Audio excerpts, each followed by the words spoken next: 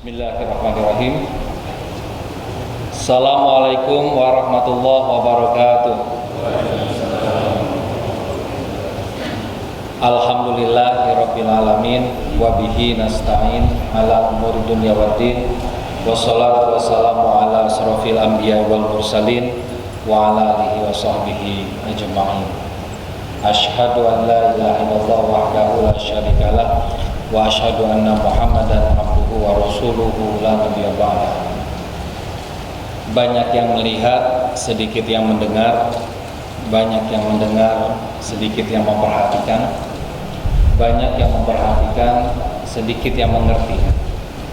Banyak yang mengerti, sedikit yang mengamalkan. Banyak yang mengamalkan, sedikit yang komitmen. Banyak yang komitmen, sedikit yang ikhlas. Banyak yang ikhlas, sedikit yang tetap ikhlas ketika kesulitan, ujian, cobaan menimpa kehidupannya. Jadi walaupun saya perhatikan di sini sebagian wajahnya penuh dengan cobaan, semoga tetap ikhlas ya. Amin ya Allah ya Rabbal alamin. Segala puji bagi Allah yang telah mempertemukan kita semua di Masjid Al-Hidayah Fit Simanggu City ini. Mudah-mudahan Allah juga mempertemukan kita di surganya nanti. Amin. Sholawat dan salam semoga tetap tercurahkan, terlimpahkan kepada junjungan kita, junjungan alam Nabi Muhammad Sallallahu Alaihi Wasallam, serta keluarganya, sahabatnya, pengikutnya hingga akhir zaman. Semoga kita termasuk umat beliau yang bisa mengikuti jejak langkah beliau sebaik mungkin, sesempurna mungkin, sehingga bisa bersama-sama dengan beliau di surga nanti. Amin ya Allah ya Rabbal alamin. Terima kasih kepada pengurus DKM yang telah mengundang dan para jamaah sekalian yang berkenan menyimak materi kajian zuhur hari ini. Tema kajian tazkiyatun nafs dan motivasi spiritual pada sesi siang hari ini adalah memahami inti jati diri. Karena banyak orang hari ini kalau kita amati ya masih sering tertukar antara dirinya ya, jiwanya ya, antara mana ruh, mana jiwa, mana tubuh ya. Kalau bahasa hati ada kolbu, ada fuad, ada sodar. Kalau ditanya masih bingung. Bahkan letak tubuh sebagian dari kita juga mungkin kita sering bingung.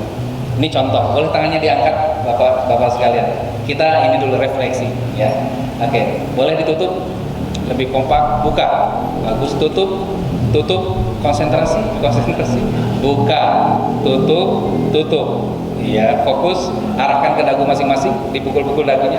Dagu di mana Bapak? Dagu. Nah, ya. Banyak yang dagunya pindah ke jidat. Nah ini kurang kenal jati diri ini kan. Masya Allah ya. Jadi jamaah sekalian, kenapa dagunya sebagian pindah ke jidat? Karena itu tadi, banyak yang melihat, sedikit yang mendengar. Kebanyakan orang lebih suka melihat dibandingkan mendengar. Dan contoh lebih mudah diikuti daripada nasihat dan kata-kata. Baik, jamaah sekalian rahimakumullah. Memahami inti jati diri, ya. Ini gambar apa? Boleh ditebak? Gak apa-apa. Pulau, bagus. Anda punya ide lain?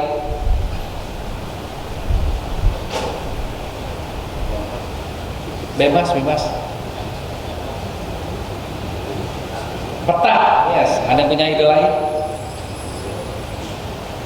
Pulau, peta.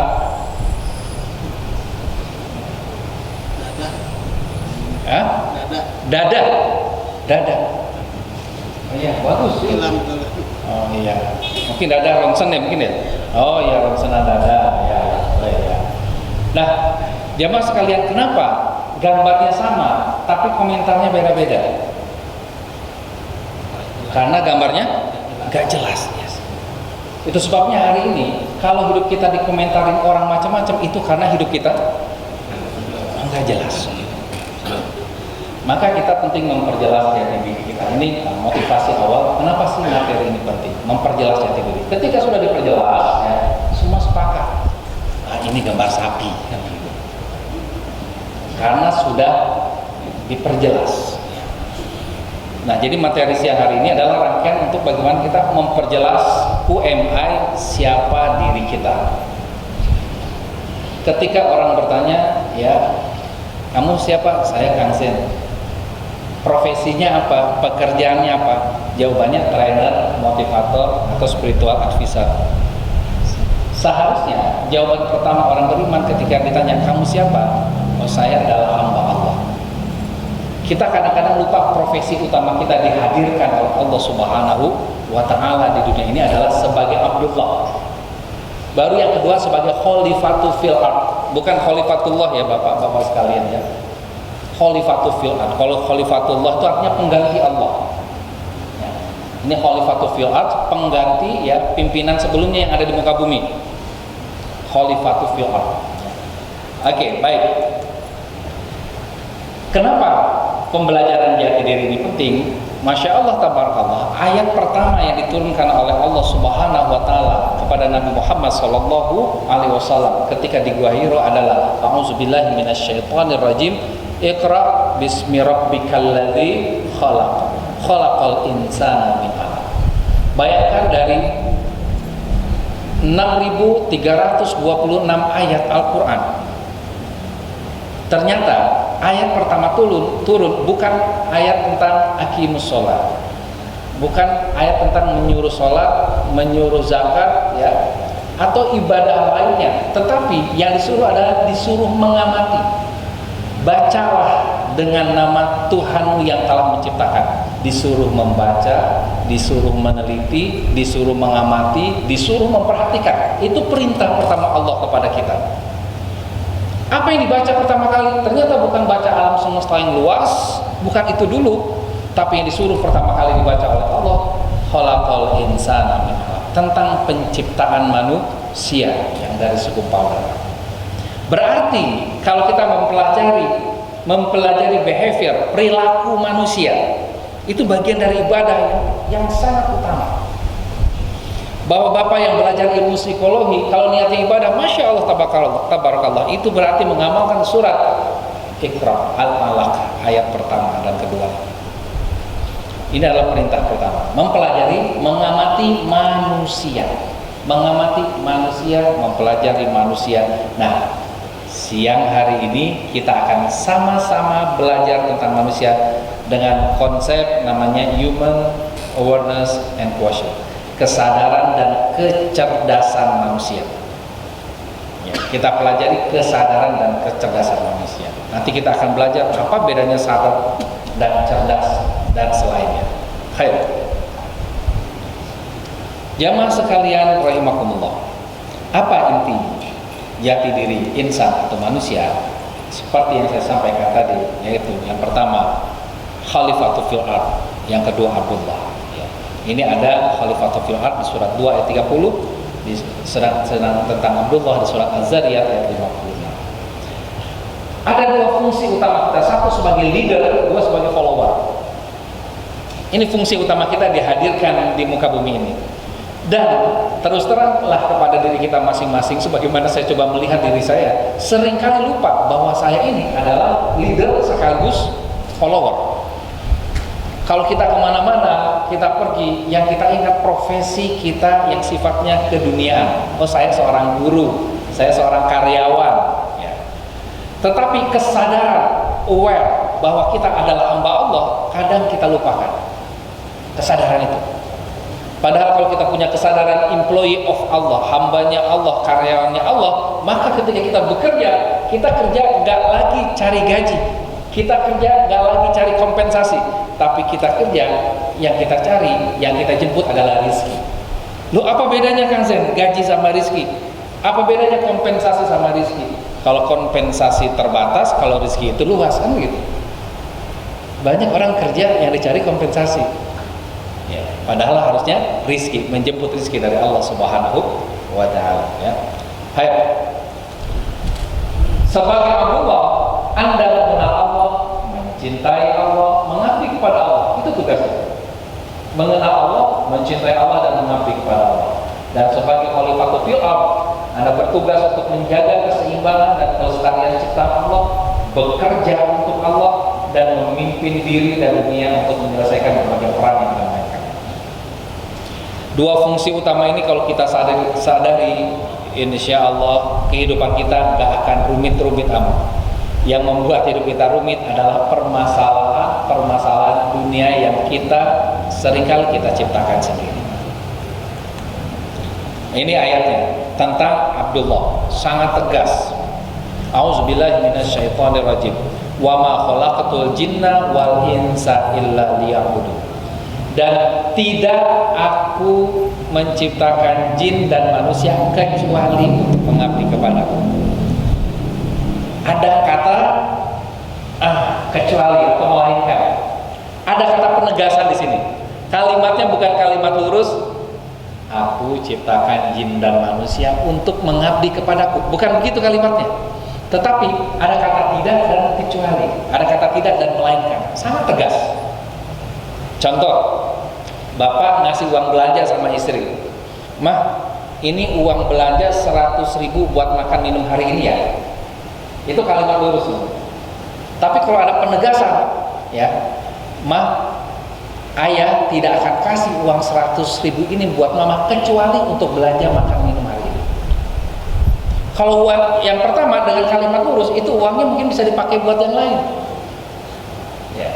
Ada kepake 80.000 buat belanja, sisa 20.000 ditabung buat besok. Tapi kalau ada kata tidak dan kecuali, nggak ada pilihan lain, 100.000 harus habis. Maka dalam hidup kita nggak ada pilihan lain. Pilihan utama kita adalah sebagai hamba Allah. Ketika kesadaran itu lepas semua. Lepas semua. Maka di bulan Ramadan ini kesadaran itu perlu aktif kembali. Bagaimana caranya nanti kita akan lihat. Ya. Ini ayat Al-Quran yang menceritakan tentang fungsi kita yang kedua sebagai khalifatul fil ardh. Ingatlah ketika Tuhan berfirman kepada para malaikat, sesungguhnya aku hendak menjadikan seorang khalifah di muka bumi. Jadi khalifah itu punya makna ya dalam kamus bahasa Arab artinya pengganti. Khalifah itu artinya pengganti.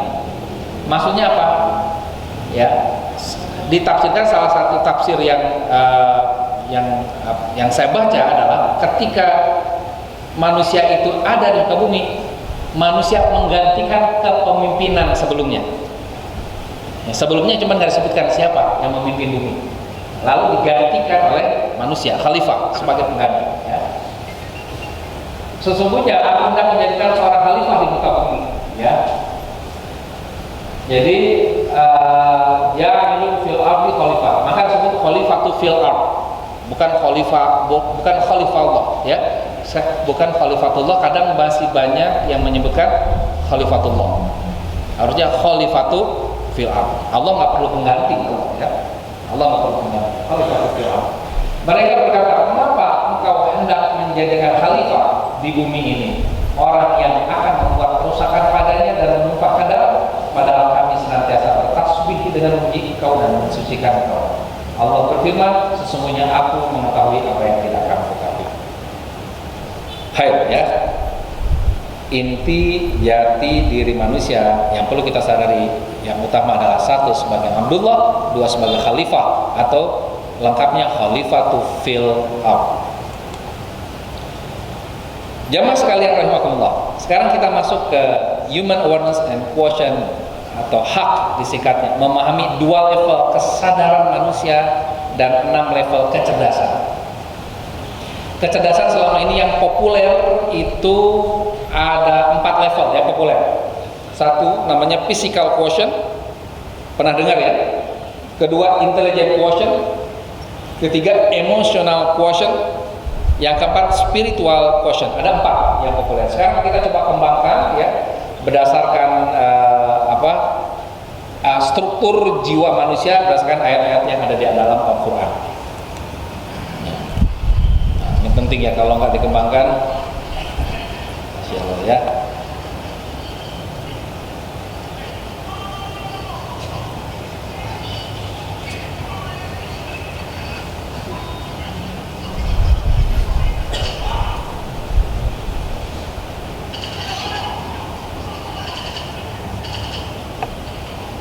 Kita nggak tahu, siapa tahu khalifah sebelumnya monyet ini ya, jadi ya marah ya ambil.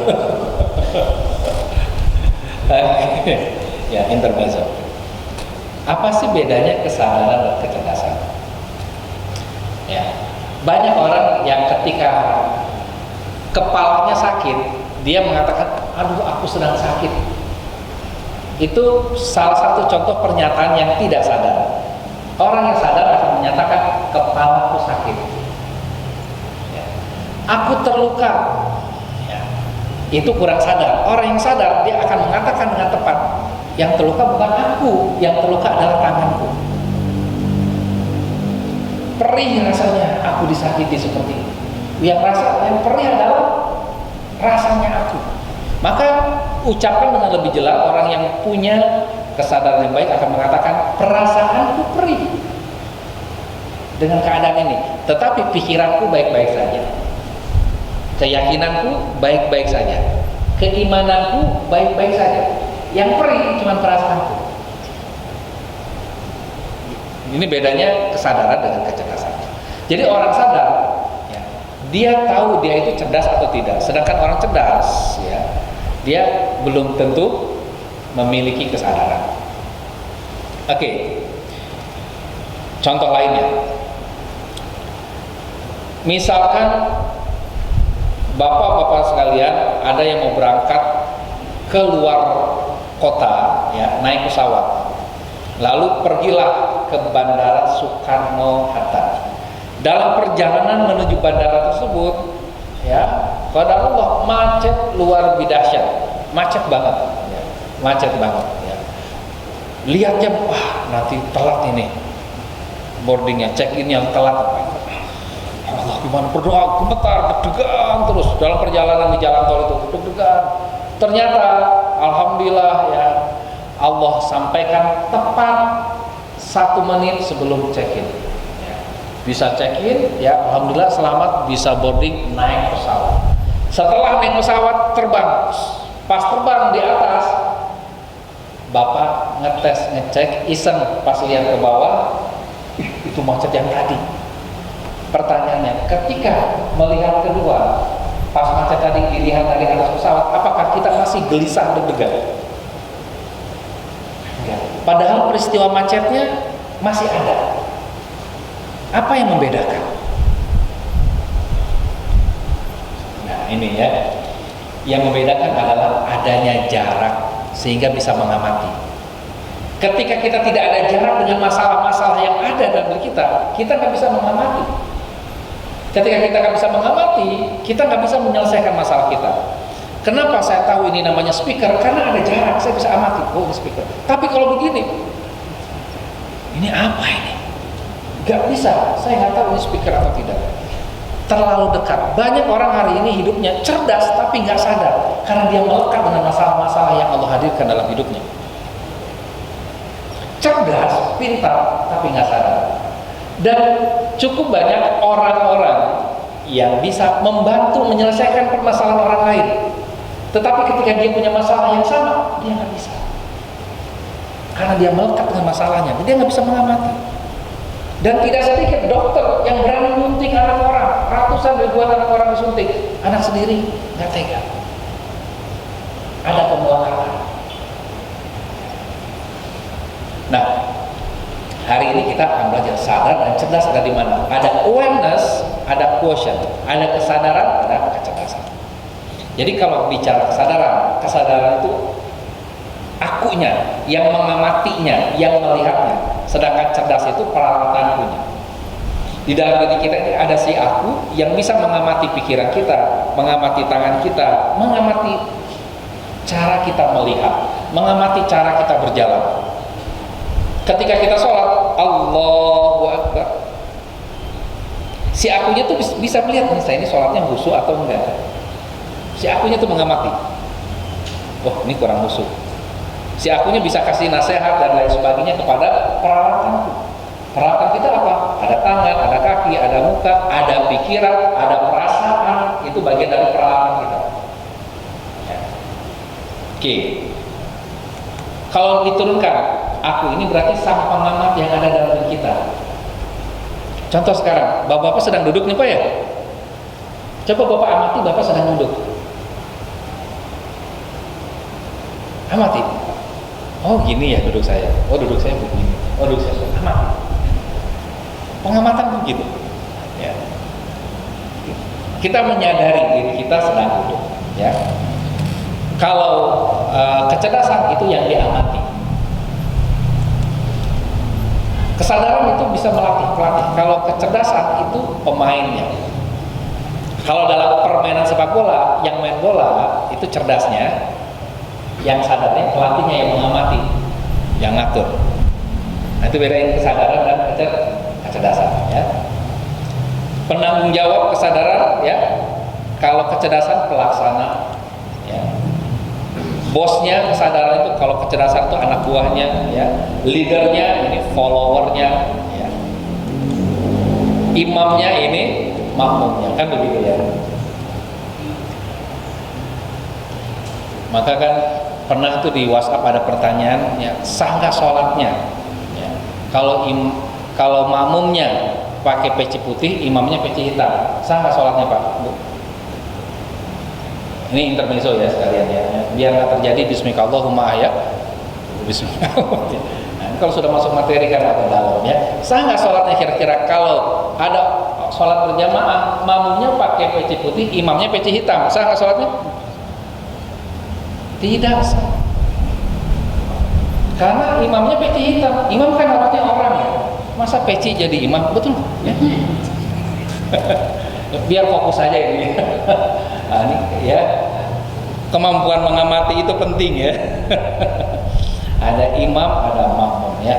Ayo ya, baik. Lanjut. Nah, kesadaran itu lahir dari proses tanya jawab, coaching contemplating. Kita sering bertanya, ini benar nggak yang saya lakukan? Ya. Ketika kita sakit hati, ya disakit, kenapa orang itu menyakiti saya? Apa yang harus saya lakukan ketika orang itu menyakiti saya? Itu orang sadar itu sering begitu. Kalau orang cerdas, ya sekedar cerdas disakiti, oh dia sakiti balik dengan kadar yang seimbang. Atau disakiti, dia langsung memaafkan, tapi dia nggak punya pengamatan. Kita belajar mengamati, bertanya. Kenapa bertanya ini penting? Karena ternyata jiwa kita, nanti saya buka ayatnya, jiwa kita pertama kali muncul dari sulbinya Adam dan Hawa, tidak dikasih perintah, tidak dikasih larangan, tapi dikasih pertanyaan. Apa pertanyaannya? Alastu birabbikum. Pernah dengar? Surat 7 ayat 172. Apakah aku ini Tuhan kalian? Allah tidak mengatakan sebuah proklamasi kepada jiwa, aku Allah, kamu hambaku, enggak begitu. Tapi dengan pertanyaan, supaya aware, supaya sadar. Alastu birabbikum. Maka sebuah pembelajaran perkuliahan dan sebagainya, dosen yang baik, dosen akan sering bertanya, menurut kamu bagaimana? Cukup jelas? Mana yang belum dipahami? Bertanya. Tetapi ya, kecerdasan itu hadirnya lewat proses transfer ilmu. Itu bedanya. Teaching dan training. Maka dalam ilmu pemberdayaan itu ada teaching, ada training, ada coaching. Kalau ingin nambah knowledge, nambah ilmu, nah itu pakainya teaching dan training. Tapi kalau ingin nambah sadar, itu pakainya coaching. Kalau nambah sadar biasanya eksklusif, satu kelas nggak bisa banyak-banyak. Ya. Satu kelas. Tapi kalau training, satu kelas bisa sampai 10.000 juga, asal tempatnya bagus, soundnya bagus, bisa training. Nggak ada proses tanya jawab. Karena kalau trainernya bertanya, yang jawab 10.000 kan bingung trainernya juga kan. Ya. Oke. Ada kesadaran, ada kecerdasan. Ini dia ayatnya di dalam Al-Quran, ya, surat Al-A'raf ayat 172. A'udzubillahi minasyaitonirrajim. Wa iz akhadha rabbuka min bani adama min zuhurihim dzurriyyatahum wa ashhadahum ala anfusihim alastu birabbikum qalu bala syahidna an taqulu yaumal qiyamati inna kunna an hadza ghafilin. Dan ingatlah ketika Tuhanmu mengeluarkan keturunan anak-anak Adam dari sulbi mereka, dari zuhurihim, tulang punggung mereka, dan Allah mengambil kesaksian terhadap jiwa mereka bukankah aku ini Tuhanmu? Mereka menjawab, betul engkau Tuhan kami. Kami menjadi saksi, kami lakukan demikian itu agar di hari kiamat kamu tidak mengatakan sesungguhnya kami Bani Adam adalah orang-orang yang lemah terhadap ini.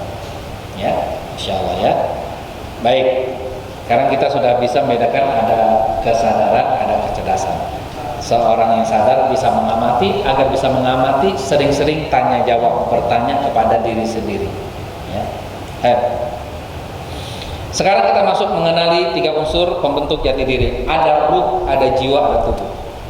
Sebagian orang kalau saya perhatikan menyamakan antara ruh dan jiwa. Padahal bahasa Arabnya juga beda. Kalau ruh itu ruh, kalau jiwa itu nafs. Beda. Saya tanya kepada bapak-bapak sekalian sebelum masuk ke materi, ruh bisa mati nggak? Nggak bisa mati. Kalimatnya kullu nafsin za'iqatul maut. Setiap jiwa akan mati, bukan kullu ruhin. Ruh nggak mati. Saya tanya kepada bapak sekalian, ruh bisa kotor nggak? Ruh bisa kotor nggak? Yang kotor itu ruh apa jiwa? Jiwa. Ruh nggak bisa kotor. Kamu mau kemana? Mau sholat, ngapain? Membersihkan ruh. Ruh udah bersih. Yang kotor jiwa kita. Ada ruh, ada jiwa, ada satu lagi tubuh. Ya, kita pelajari ya. Baik. Yang membuat segala sesuatu yang Dia ciptakan sebaik-baiknya dan yang memulai penciptaan manusia dari tanah. Tanah ini yang nanti jadi cikal bakal tubuh. Kemudian Dia menjadikan keturunannya dari saripati air yang hina, ya, yaitu spermatozoa, air mani. Kemudian Dia menyempurnakan dan meniupkan ke dalamnya ruhnya. Dan Dia menjadikan bagi kamu pendengaran, penglihatan dan fuad, hati nurani, tetapi kamu sedikit sekali bersyukur. Oke, ada tanah, ada air. Ya. Ini kalau kita dulu kan di Indonesia ada lagu ya, sekarang sampai sekarang masih ada, bukan dulu, diciptakannya dulu maksud saya. Tanah airku Indonesia, kan begitu. Ruhnya mah enggak kan? Ya, tanah air Indonesia. Sekarang kita buat visualisasinya. Ada ruh yang Allah tiupkan. Kenapa ruhnya muncul dulu? Karena ruh ini paling senior sebetulnya. Cuman munculnya aja belakangan. Karena ruh itu dia sudah bersama Allah Subhanahu wa Ta'ala. Ya. Ruh paling senior. Nah, yang paling junior apa? Tubuh, saripati tanah. Sebetulnya. Ya. Karena setelah ruh baru ada jiwa tadi yang surat 7 172 itu jiwa. Nafs, jiwa, saripati air. Nah, jiwa itu ada 3 macam berdasarkan Al-Quran. Satu, jiwa yang tenang, namanya nafsul mutmainnah. 2, jiwa yang sering mengajak keburukan, namanya nafsul ammarah bisu. 3, jiwa yang tengah-tengah yang sering gelisah, sering merasa bersalah, sering gak enakan sama orang lain, namanya nafsul lawwamah. Nah, jiwa kita kalau lebih akrab sama ruh, nafsul mutmainnah. Jiwa kita kalau lebih akrab sama tubuh, nafsul ammarah bisu. Jiwa kita kalau sama ruh kadang akrab, sama tubuh kadang akrab, nafsul lawwamah. Kita perlu akrab dua-duanya, cuma mana yang dominan akrabnya? Kenikmatan kita ketika si jiwa sedang aktif dengan ruh atau ketika si jiwa sedang aktif dengan tubuh? Saya tanya jamaah sekalian, untuk mengukur saya ini kira-kira jiwanya lebih ke arah mutmainnah, lawamah atau ammarah bisu? Jawab pertanyaan saya, silakan jamaah sekalian. Mana yang lebih nikmat? Sholat atau bermaksiat? Sholat, berarti ruhnya, berjiwanya lebih dekat sama ruh. Iya. Mana yang lebih nikmat? Ngaji apa ngopi? Ini agak ragu-ragu nih jawabannya. Hah? Ngaji apa ngopi? Ngaji sambil ngopi ya. Ya. Maka di bulan Ramadan ini, Masya Allah, Subhanallah, Allah pasifkan kenikmatan-kenikmatan tubuhi agar kita bisa lebih akrab sama ruh. agar kita menyadari bahwa kenikmatan sejati itu ada di aktivasi ruh ini. Kenapa? Karena manusia memang makhluk pencari kenikmatan. Ya, siratal ladzina an'amta alaihim. Ya Allah, kasih saya jalan yang benar-benar, jalan yang telah Engkau beri nikmat. Kan begitu. Jadi memang kita cari kenikmatan. Oke ya. Jadi ada 3 unsur. Nah, sekarang kita belajar fenomena tidur. Jadi ada tubuh, ada jiwa, ada ruh. Kita lihat. Allah berfirman di surat Az-Zumar ayat 42, Allah memegang jiwa, bukan memegang ruh. Ayatnya jelas memegang jiwa. Kadang suka diterjemahkan memegang ruh. Saya juga kadang heran. Beberapa terjemahan udah jelas kalimat di ayat Qur'annya nafs, tapi diterjemahkan dalam bahasa Indonesianya jadi ruh. Ini kadang agak heran juga saya sebetulnya ya. Allah memegang jiwa orang yang ketika matinya dan memegang jiwa orang yang belum mati di waktu tidurnya. Maka dia tahanlah jiwa orang yang telah dia tetapkan kematiannya dan dia lepaskan jiwa lain sampai waktu yang ditentukan. Sesungguhnya pada demikian itu terdapat tanda-tanda kekuasaan Allah bagi kaum yang berpikir. Kita disuruh mikir tuh Bapak Ibu sekalian, jamaah sekalian. Kita disuruh mikir bahwa ternyata tidur dan mati itu mirip. Hanya bedanya kalau orang mati jiwanya dipegang terus sama Allah, nanti Allah simpen akhirnya di alam barzakh.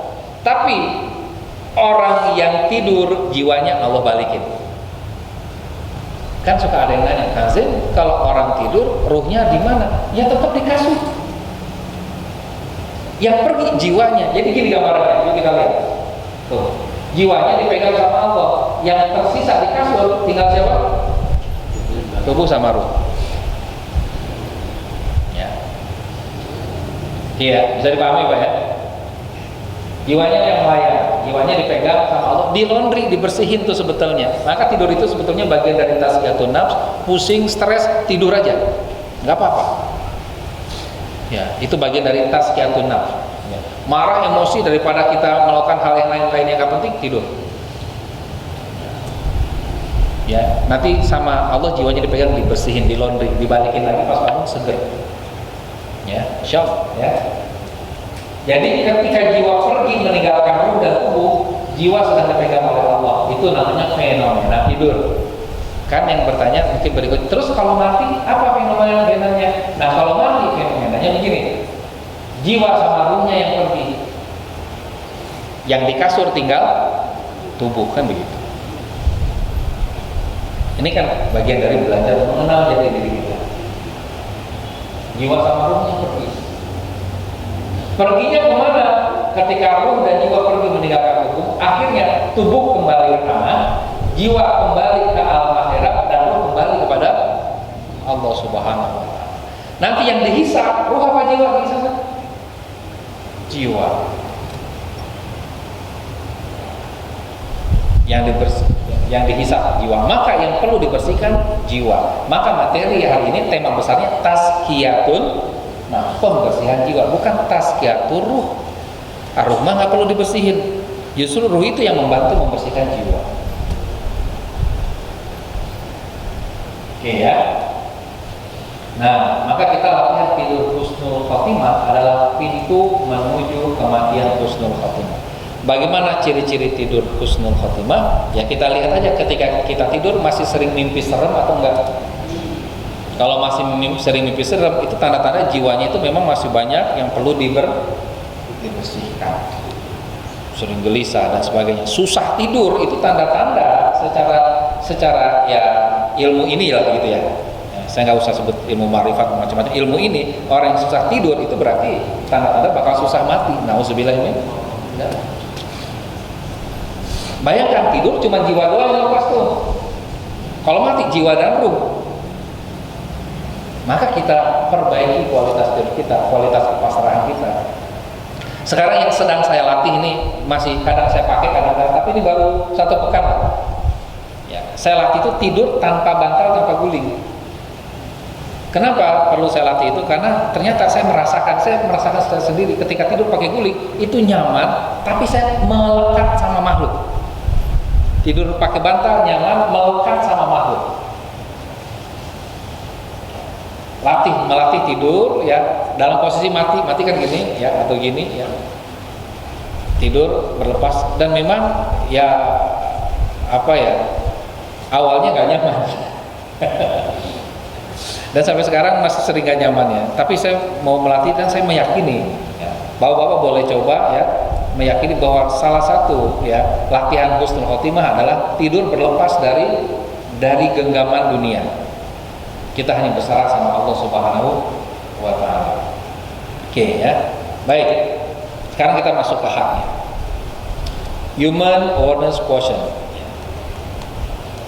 Sekarang kita perluas gambarnya.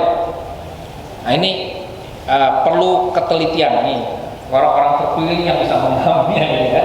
Oke. Dalam diri kita pelajari ya, ini hak model, human awareness quotient model. Ada dua sisi, satu sisi terlihat observable side, dua sisi tak terlihat unobservable side. Oke ya.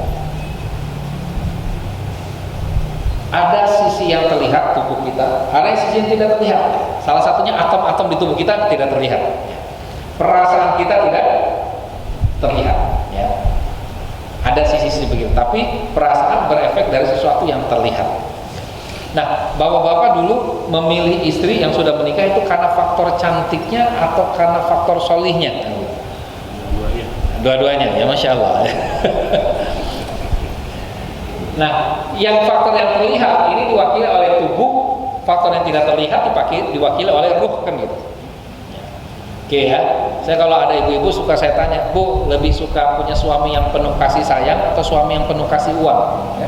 Sama dua-duanya jawabannya. Ya, dua faktor ya. Nah, ada tanah, ada air, ada ruh. Tubuh mewakili dominasi yang terlihat, ruh mewakili dominasi yang tidak terlihat. Oke, ya. Nah, ruh ini menghasilkan intuisi. Dari intuisi ini maka terbentuklah fuad, hati yang paling dalam ya. Hati yang paling dalam itu namanya fuad. Seperti tadi surat As-Sajdah ya, ayat 7 sampai 9 yang saya bacakan. Setelah ruh ditiupkan, aktiflah pendengaran, penglihatan dan fuad, bukan kolbu. Fuad, jadi hati yang paling dalam. Seperti nama saya Zainul Fuad. Nama saya bukan Zainul Kolbu. Ya. Zainul Fuadnya hati yang paling dalam, fuad ya. Nah, tubuh mengaktifkan apa? Kalau tubuh mengaktifkan insting, kepikiran sadar. Nah, di sini bapak-bapak yang sebelumnya mungkin bingung apa bedanya insting dan intuisi. Ini bedanya. Insting lebih ke arah tubuh. Lapar, makan itu insting. Ya, kayaknya ini serem ada hantu, itu insting. Tapi kalau intuisi itu karena kita dekat sama ruh, intuisi, firasat. Maka dalam sebuah hadis dikatakan orang yang bertakwa kepada Allah itu ya, hati-hatilah kalian kepada orang yang bertakwa kepada Allah karena firasatnya tajam, intuisinya, dia dekat sama roh. Oke, kita sudah punya 3 unsur, ada tubuh, ada insting, ada 6 ya unsur, ada alam sadar, pikiran sadar kata orang-orang yang NLP. Nah, di tengah-tengah ini baru ada yang namanya kolbu yang sifatnya fisik, kolbu lahiriah jantung. Kolbu itu artinya jantung. Ada kolbu yang batiniah ya, alam bawah sadar namanya. Ada alam sadar, ada alam bawah sadar. Oke ya. Nah, di sini alam fikih sadar atau kolbu lahiriah ini dia bawaannya tentang keinginan, hawa nafsu yang mewakili fungsi tubuh. Keinginan ini mewakili fungsi tubuh. Tetapi kalau di sana dia namanya kebutuhan berakal, mewakili fungsi ruh. Tanyakan diri kita, yang kita kejar selama ini keinginan atau kebutuhan? Kalau keinginan berarti kita masih di ranah tubuhi. Buka puasa, iftar, kalau bicara kebutuhan cukup 3 butir kurma dan 1 air bening, bicara kebutuhan. Tapi kalau bicara keinginan, nah kita bisa lihat kita ini kualitasnya masih di kualitas tubuhi apa ruhi. Pas iftar nanti aja ya, kan sebelumnya belum dapat materinya ya. Nah nanti pas iftar kita lihat ya. Oke ya. Nah, dari sini kalau kita turunkan, ya, sebelum saya turunkan, di sini kita melihat di dalam Al-Quran. Nanti bapak-bapak boleh cek, hati itu ada tiga nama, satu sodar, dua kolbu, tiga fuad. Ada tiga nama, ada sodar, ada kolbu, ada fuad. Sodar itu sering diterjemahkan dada, kolbu itu sering diterjemahkan hati, fuad itu sering diterjemahkan hati nurani. Penterjemahannya gitu, ya. Oke ya. Baik, nah dari sini kalau kita turunkan muncullah 6 kecerdasan dan 2 kesadaran. Jadi saya menurunkannya bukan tebak-tebak tapi berdasarkan struktur ini begitu. Pertama, physical quotient, kecerdasan fisik. Kedua, insting itu feeling quotient. Beda dengan emosi. Dan ternyata dalam kamus bahasa Indonesia juga beda. Perasaan itu feeling dan emosi itu beda. Apa bedanya? Ternyata emosi adalah perasaan yang meluap. Nah, itu namanya emosi. Perasaan yang mendalam itu emosi. Kalau perasaan aja feeling. Ini intelligent quotient, ini emotional quotient, ini spiritual quotient, ini ruhani quotient. Nah, sudah sampai sini ini bukan quotient lagi. Karena sudah sama ruh, dia sudah kesadaran. Pengamatan di sini adalah interconnected awareness, ya. Kesadaran keterhubungan. Sedangkan ini kesadaran murni, pure awareness. Ya. Oke, baik ya. Ini saya percepat, waktunya sudah lewat jam 1 ya. Ini bahasa Indonesianya kecerdasan fisik, ini kecerdasan perasaan, ini kecerdasan pikiran, ini kecerdasan emosi, ini kecerdasan spiritual, ini kecerdasan rohani, ini kesadaran keterhubungan, ini kesadaran murni. Makin ke sana makin afdol, makin utama kalau kita ada di ujung sana. Ini disebut kalau bahasa ini namanya teraba. Ya. Kalau ini terasa, ini terukur, ini tersentuh, ini menyatu, ini merendah, ini berlepas, ini berserah. Ya.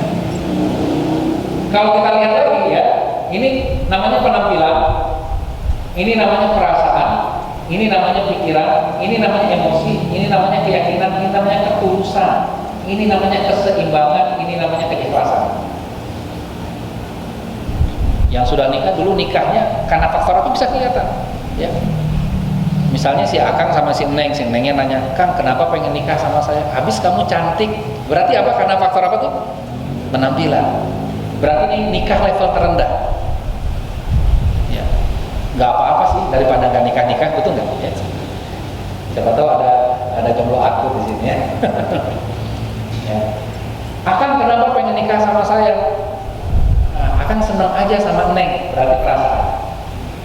Akang kenapa pengen nikah sama saya? Habis Neng pinter, ya. Akang juga pengen punya keturunan yang bagus, pikiran. Akang kenapa pengen nikah sama saya? Entah Neng. Sejak pertama kali ketemu Neng, Akang tuh sulit sekali melupakan Neng. Itu emosi. Ya. Akang kenapa pengen nikah sama saya? Kalau keyakinan lebih dalam lagi. Neng, sejak Akang ketemu Neng, Akang yakin Neng tuh pasti jadi istri Akang. Udah yakin gitu ya. Loh kan kok bisa yakin kayak gitu? Keyakinan itu muncul tiba-tiba dan tidak bisa diganggu gugat. Buktinya apa? Buktikan sendiri nanti Neng sholat istiqoroh saja. Pasti yang keluar nama Akang. Yakin. Loh, nanti kan kalau yang keluar bukan nama Akang bagaimana? Itu berarti sholatnya belum busuk. Sholat lagi. Nah gitu. Kan orang yakin pede kan gitu ya. Ya.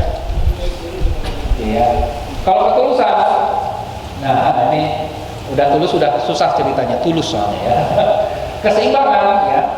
Dan keikhlasan ini sudah masuk ranah-ranah yang lebih tinggi lagi. Istiqoroh udah. Kenapa pengen nikah sama Neng?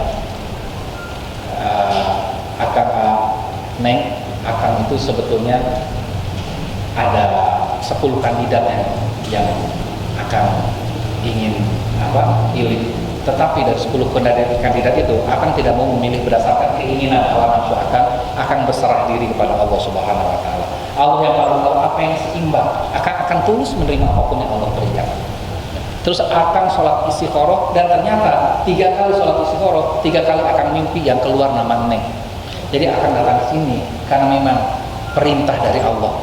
Jadi kalau Neng menolak lamaran akang, berarti Neng melanggar perintah Allah. Oh jangan begitu.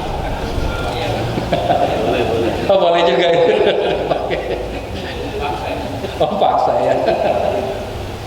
Ya. Nah, di sini fungsi Abdullah. Yang paling ujung fungsi Abdullah, kehambaan, kesadaran. Ini fungsi khalifatul fil ardh. Kalau kita mau turunkan lagi, biar ada isinya aja ini Maya. Maka ini fungsi presiden. Turunkan lagi berarti apa? Gubernur. Ini wali kota atau bupati. Ini camat. Ini lurah. Terakhir rakyat. RT RW masuk rakyat lah ya. Nggak usah ditulis ya. Oke ya. Nah teman-teman sekalian, jamaah sekalian, kalau kita turunkan lagi ya, maka yang physical quotient ciri-cirinya ikut-ikutan mengikuti. Kalau yang feeling quotient dia sudah menyenangi. Kalau yang intelligent quotient sudah memahami. Kalau yang emotional quotient sudah menyayangi. Beda senang sama sayang, beda. Ya. Kalau spiritual quotient sudah meyakini. Kalau rohani quotient sudah melayani. Kalau interconnected awareness sudah memimpin, menyatukan. Kalau pure awareness Abdullah adalah mengabdi. Ya. Nah, kita lihat diri kita hari ini ada di level mana, sudah sampai mana perjalanan inner journey kita, kesadaran dari diri kita. Ya. Contoh, kamu kenapa puasa? Yang lain juga puasa, berarti puasa apa? Ikut-ikutan. Kamu kenapa puasa? Seneng aja puasa. Ada yang jawab gitu. Ya. Kamu kenapa puasa?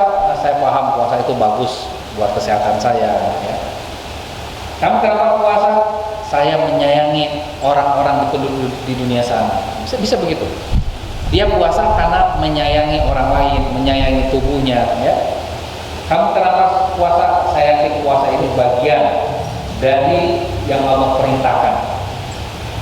Punya keyakinan.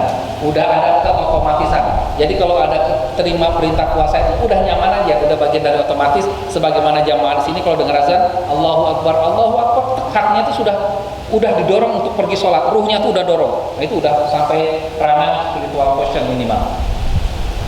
Udah menyatu antara pikiran, perasaan, ya, antara emosi dan tubuhnya udah nyatu, bergerak langsung ke masjid. Ya. Baik, sudah jam 1:04. Demikian apa yang bisa saya sampaikan tentang pengenalan jati diri pada kesempatan kali ini. Saya kembalikan kepada moderator kita, Mangga Haji. Alhamdulillah. Baik, saudara sekalian, ini suatu hal yang luar biasa.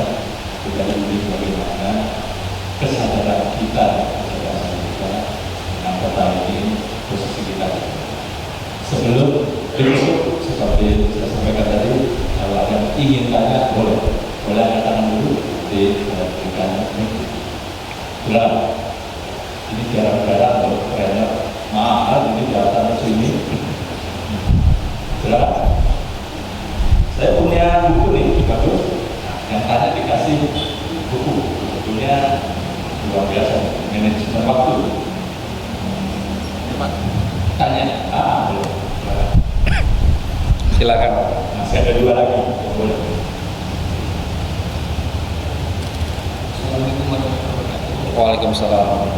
Alhamdulillah, nama saya Muhammad Yusuf Tariga. Muhammad Yusuf, Pak Yusuf. Yang ingin saya tanyakan Pak ya, ini kan kita untuk mencapai level ya sampai ke sana. Adakah suatu kejadian tahapan-tahapan yang kita lakukan supaya level kita bisa berpindah gitu Pak? Jadi sampai ke level yang tertinggi. Gitu. Mungkin itu aja. Terima kasih. Assalamualaikum warahmatullahi wabarakatuh. Waalaikumsalam warahmatullahi wabarakatuh. Ya, baik, terima kasih Pak Yusuf atas pertanyaannya, sangat bagus sekali ya. Bagaimana caranya agar kita bisa hijrah, pindah terus naik ke level yang lebih tinggi? Ya. Pertama yang perlu kita lakukan sebelum kita berpindah, ya, sebelum Nabi Muhammad SAW berpindah dari Mekah ke Madinah, Yastrib, ya, harus sadar dulu bahwa sekarang sedang di Mekah. Kan? Itu yang harus kita lakukan. Kita sekarang ada di mana? Itu yang penting kita pahami. Saya di mana ya posisinya kira-kira dominan ya. Nah ini memang ya bukan promosi, ada pelatihannya. Jadi diukur, ada alat ukurnya ya, yang kita jawab dengan jujur. Kalau nggak jujur juga nggak bisa mengukur, karena ini untuk mengetahui saya posisinya ada di mana nih sekarang. Ya, saya posisinya ada di dominan physical quotient atau dominan sudah emotional quotient, kan begitu ya. Dominannya ada di mana? Diukur dulu diri kita. Setelah kita tahu ya, setelah kita ukur, oh saya ternyata ada di sini dominannya.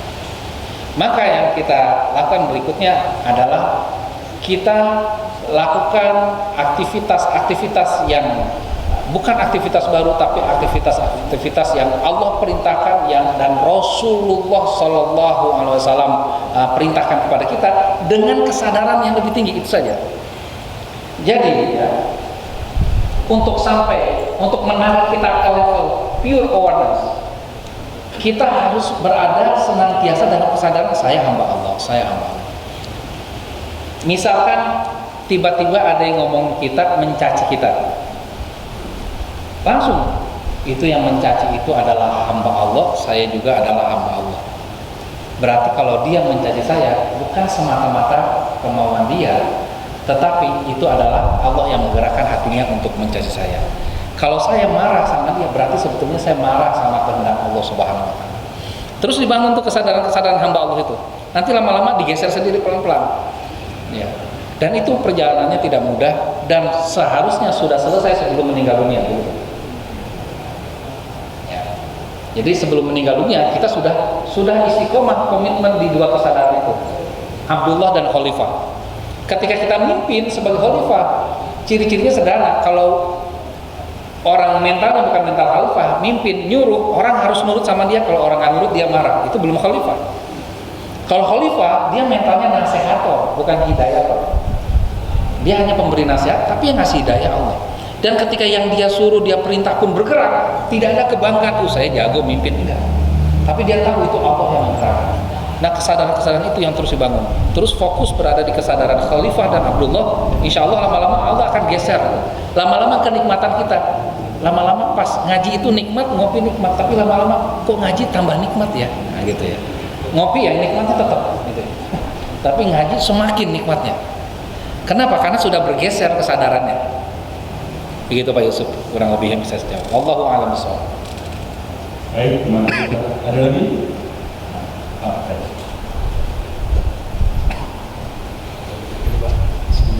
Assalamualaikum warahmatullahi wabarakatuh. Waalaikumsalam warahmatullahi wabarakatuh. Saya dengan Pak Atam. Pak Atam enggak Pak? Dari kalimat yang terakhir tadi, bahwa kalau barangkali sudah memilih gerak, Ya. itu nanti akan berbeda. Kita nyuruh, sebetulnya kita hanya menginformasikan ya, memberitahu, dan Allah yang akan memberi hidayah. Ya. Kaitannya dengan perintah kepada anak. Ya. Kadang-kadang kita suruh sholat itu sulit ya, sehingga sampai kita marah. Ya. Kenapa? Karena yang terpikir adalah bagaimana dia harus sholat, Ya. harus melaksanakan sholat sampai kita marah. Ya. Nah ini apakah tadi kita itu masih jauh dari perintah? Ya. Tadi kita kadang-kadang sebenarnya marah Ya. ketika menyuruh tidak dilakukan oleh anak. Ya. Karena itu terima kasih. Assalamualaikum warahmatullahi wabarakatuh. Waalaikumsalam warahmatullahi wabarakatuh. Pertanyaan yang sangat bagus Pak Atam ya, karena itu juga saya alami, saya punya anak 3 ya. Nah, karena saya 3, yang satu laki-laki, yang kedua putra, yang ketiga cowok. Alhamdulillah laki-laki itu masuk Pak Atam. Yang paling besar udah kuliah, paling kecil kelas 12 ya. Nah, saya memperhatikan, saya mengamati dan saya meyakini ya, bahwa ya, setiap nasihat yang kita berikan karena Allah, bukan karena anak ingin sholat ya. Ini kita nasihatin anak itu di keinginan apa di kebutuhan. Ya. Ketika kita memberikan nasihat, maka bangun sebuah kesadaran, saya itu memberikan nasihat karena perintah Allah, bukan karena ingin anak sholat. Karena keinginan di sini, karena keinginan itu kan ekspektasi, dan ekspektasi itu yang akhirnya membuat diri kita sakit hati kan itu. Ya. Maka jangan main di ekspektasi. Ya. Nabi Yunus alaihissalam mainnya di ekspektasi dulu tuh, sakit hati akhirnya ketika nggak diikutin. Nggak diikutin akhirnya sakit hati ya, berprasangka baik sama Allah, Allah nggak akan marah sama dia. Allah malah marah. Ketika Nabi Yunus marah sama kaumnya, Allah marah sama Nabi Yunus, bukan sama kaumnya. Segitu Nabi kan. Maka kita bermain, boleh punya ekspektasi, boleh, bagus, pengen punya anak habis 30 juz, bagus, bagus. Tapi ketika anak stres menderita karena ekspektasi orang tuanya, kenapa sih kamu pengen punya anak hafal 30 juz? Ternyata ketika kita jujur sama diri sendiri, biar saya punya kebanggaan, orang lain nanya, anak kamu gimana? Udah hafal 30 juz? Misalkan, wallahu a'lam kan gitu. Ya. Karena Allah paling tahu, makanya penting kita terus kontemplasi dan coaching diri kita sendiri. Saya ini melakukannya untuk apa sih? Untuk apa sih? Untuk apa sih? Ya. Untuk Allah atau untuk kepuasan saya pribadi? Ya.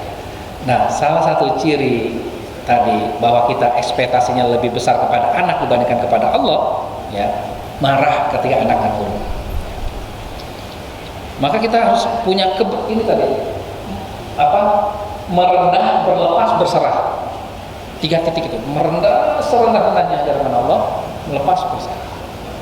Sampai kita mengecil hadapan Allah, yang besar cuma Allah, bukan kita. Sebelum Pak Atang saya tuntaskan jawabannya, saya boleh bertanya ke audien. Pertanyaan sederhana, ya, bagaimana caranya? Ya, ada gawang sebesar bola, ada bola sebesar gawang. Ini ya, bagaimana caranya agar bola tersebut bisa gol ke dalam gawang itu, bisa masuk?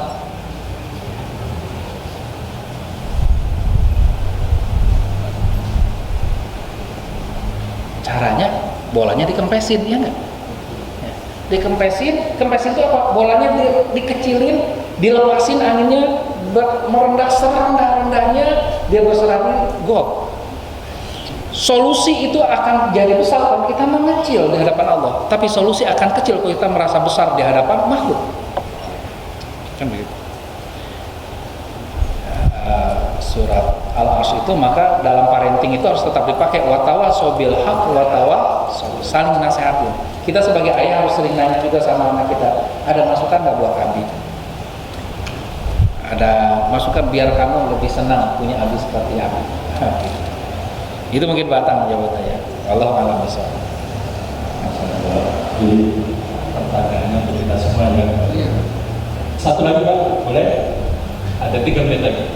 Boleh pilih Pak, ada Allah, ada Islam murah, rumahnya Kakak. Boleh pilih Pak. Satu lagi, ada buku yang muda. Oh, di belakang. Baru sesama motivator nggak boleh. Asyik. Nama saya Pak Agus. Nama saya Joko Pak Ustaz. Ya. Karena tadi gak ada tanya, saya nggak tahu apakah pertanyaan ini sama dengan pertanyaan yang pertama. Tapi begini, tadi Pak Ustaz memberikan contoh pada saat kita ada di macet, kemudian pada saat kita lihat ini ternyata macet, artinya ada jarak. Nah, saya mau menurut saya gini, kita bisa lihat masalahnya kalau ada jarak. Pertanyaan saya gini, bagaimana caranya kita membangun jarak supaya kita bisa melihat masalahnya? Jadi, terima kasih. Assalamualaikum warahmatullahi wabarakatuh. Waalaikumsalam warahmatullahi wabarakatuh. Baik, Pak Joko, terima kasih pertanyaannya. Ya, bagaimana agar jarak itu terbentuk agar kita bisa mengamati? Maka caranya yaitu dengan sering melakukan coaching dan contemplating tadi. Ya, coaching itu artinya bertanya ya kepada orang, kalau contemplating bertanya ke diri sendiri. Yang saya lakukan udah benar apa enggak? Misalnya kita deg-degan, kenapa ya saya deg-degan? Itu sering kita lakukan ya. Ketika kita dapat ujian, langsung apa tujuan Allah mengirim ujian ini buat saya? Langsung bertanya. Itu otomatis ketika kita bertanya, kita langsung ada jarak. Tapi ketika kita mengeluh, itu nggak ada jarak. Ujian. Itu jaraknya langsung hilang tuh. Ya. Macet lagi.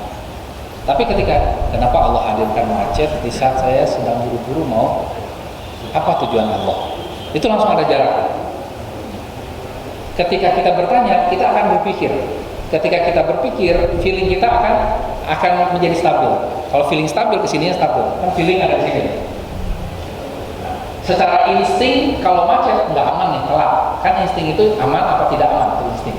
Ya. Tapi kalau kita berpikir apa maksud Allah, maka instingnya akan salah. Jadi caranya yaitu dengan bertanya, ya, buat pertanyaan-pertanyaan yang bagus ke diri kita. Seringkali itu akan membuat kita menjadi lebih mudah untuk mengamati diri kita sendiri. Demikian Pak Dr. Terima kasih. Wallahu a'lam bishawab. Terima kasih. Berikutnya sekali.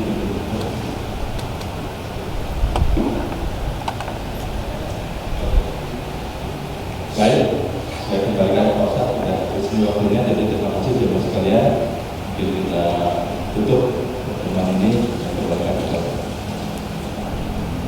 Baik, terima kasih. Ya, mohon maaf lahir dan batin. Semoga kita semua mudah-mudahan Allah tingkatkan terus kecerdasan dan kesadaran kita.